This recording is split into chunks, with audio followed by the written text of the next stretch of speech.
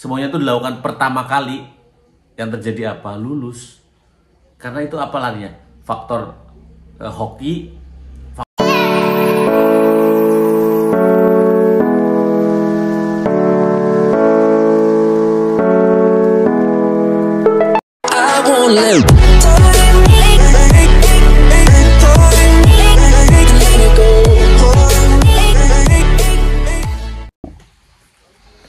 Assalamualaikum warahmatullahi wabarakatuh. Jumpa lagi di sini ya. Kita akan membahas seputar perekrutan, persiapan perekrutan ya. Karena tahun 2023 belum ada rekrutmen ya. Jadi kalian harus mempersiapkan diri jadi yang terbaik, jadi yang lolos di setiap tahapnya dan sampai akhir, sampai tanda tangan kontrak tentunya. Jadi sah pegawai KAI, entah itu jadi masinis, PPKA, PAP, Polsus, staf, admin atau yang lainnya ya. Kemarin kita ada membahas seputar administrasi, hal yang berbau konsentrasi, kesabaran, teliti ya, faktor-faktor kayak gitu yang benar-benar dibutuhkan pada saat administrasi. Meskipun kalian tuh udah memenuhi persyaratan, namun pada saat mengupload kurang teliti, kurang jeli, apalagi menggunakan handphone yang notabene jaringannya lup-lup.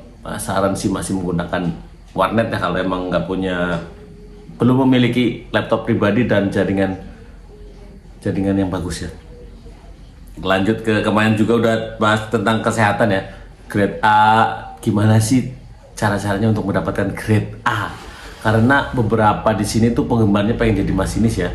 Untuk masinis sendiri tuh kesehatannya harus grade A, dan salah satunya udah di-share kemarin di video apa aja yang harus dipersiapkan, apa aja yang harus diperjuangkan. Mulai dari kesehatan, tensi, tinggi badan, berat badan, terus ideal ya. Terus beberapa hal juga kayak kesehatan kulit, kesehatan mata, kesehatan telinga juga ya. Kita akan membahas perihal yang berbau kepribadian ya. Kepribadian di sini tuh mencakup dua aspek, yaitu untuk tes psikologi dan tes wawancara. Menurut saya dari hasil riset selama ini bertahun-tahun ya, untuk tes psikologi dan wawancara itu bisa nggak sih belajar dulu? Jawabannya bisa. Bisa gimana kalau yang nggak belajar dulu mungkin nggak lulus? Jawabannya mungkin.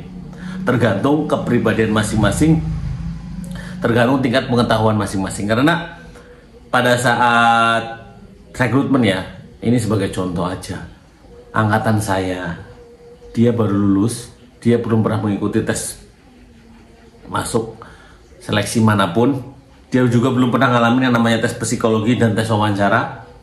Dia the first time semua, pokoknya yang namanya muncrat ya. Semuanya itu dilakukan pertama kali. Yang terjadi apa? Lulus. Karena itu apa larinya? Faktor hoki, faktor juga perjuangan, faktor kemampuan, dan faktor sikap tentunya. Kalau untuk kita ya masinis, menurut dari atasan kita itu dituntut 3 hal. Meskipun 3 hal yang ini bukan berarti kita cuma 3 hal doang ya.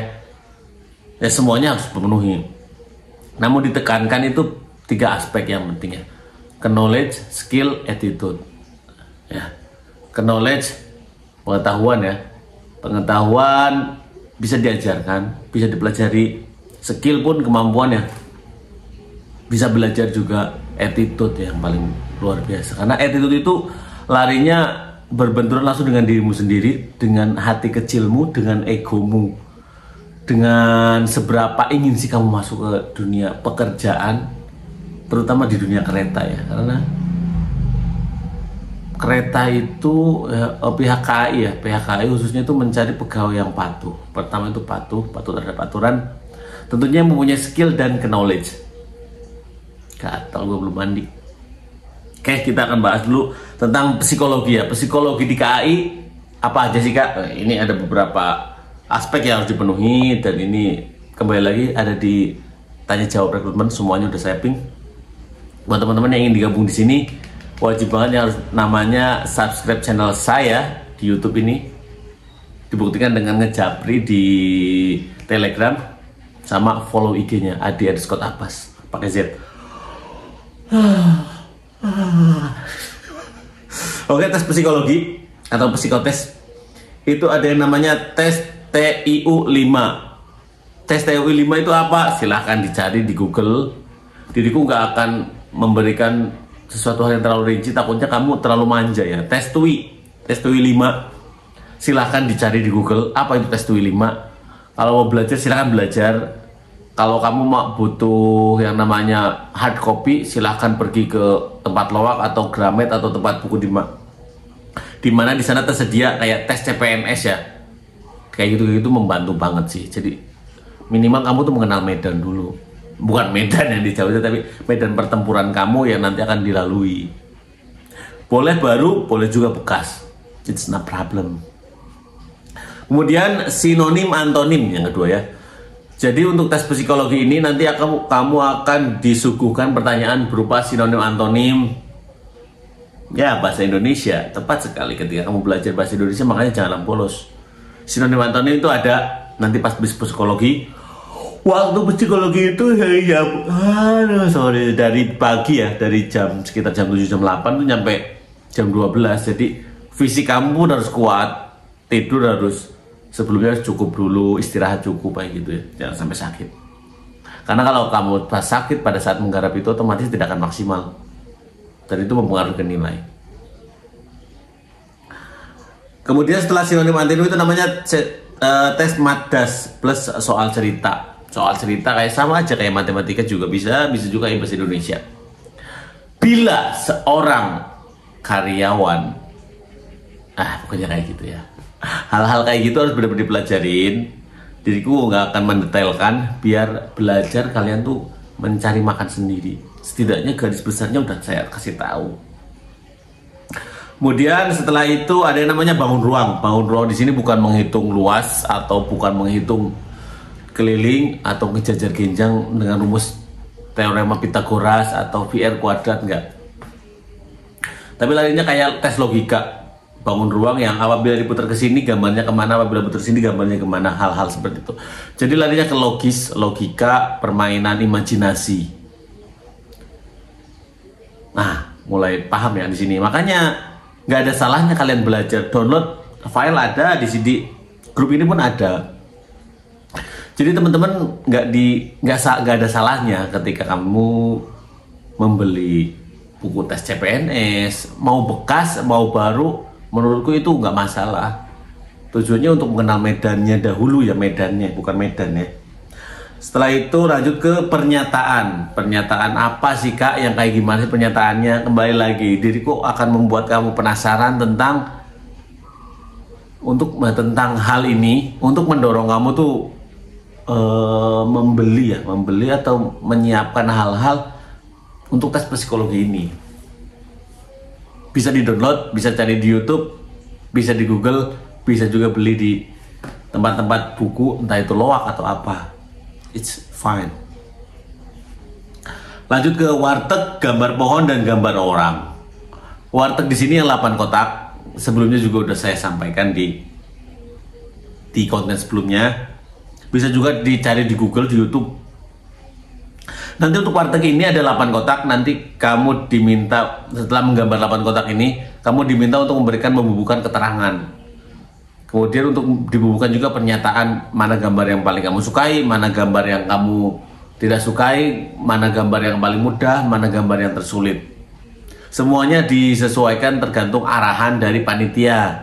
Jangan sampai kamu berimprovisasi tidak sesuai arahan. Karena di sini larinya ke kepribadian, kepatuhan dan pengertian ya. Iya, kayak gitu.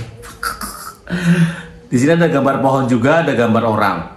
Gambar pohon, usahakan gambar pohon yang berbatang keras, berdaun lebat, berbuah, gambar detail mungkin. Ada di YouTube. Terus gambar kepribadian, terus tes koran. Yang paling lumayan menyita kemampuan kamu tuh tes koran.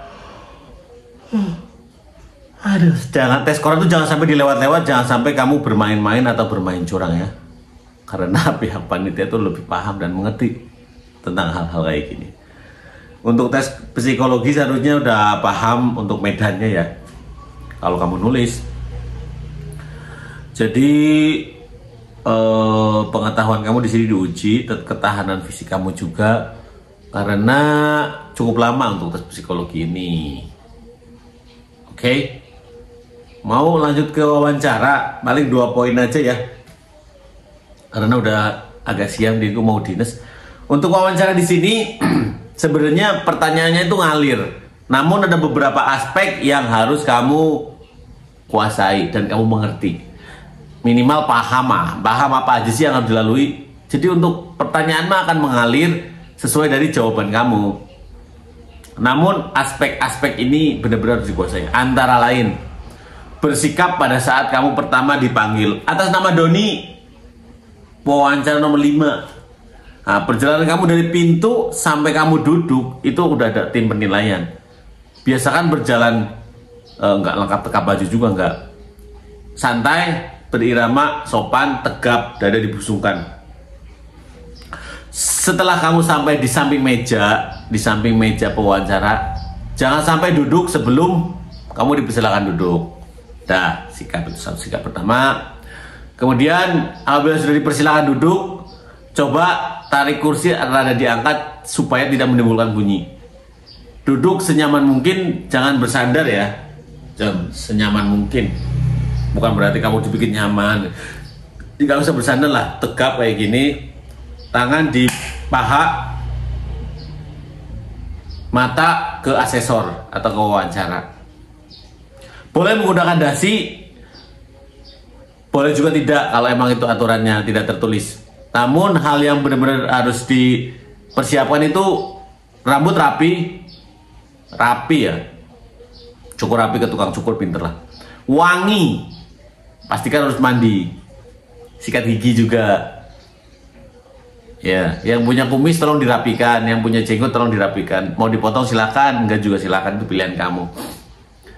Yo.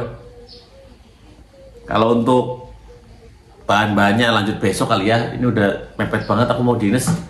Semoga bermanfaat.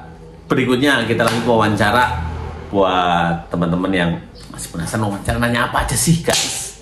Ya, karena di mau dinas. Sorry nih. Assalamualaikum warahmatullahi wabarakatuh.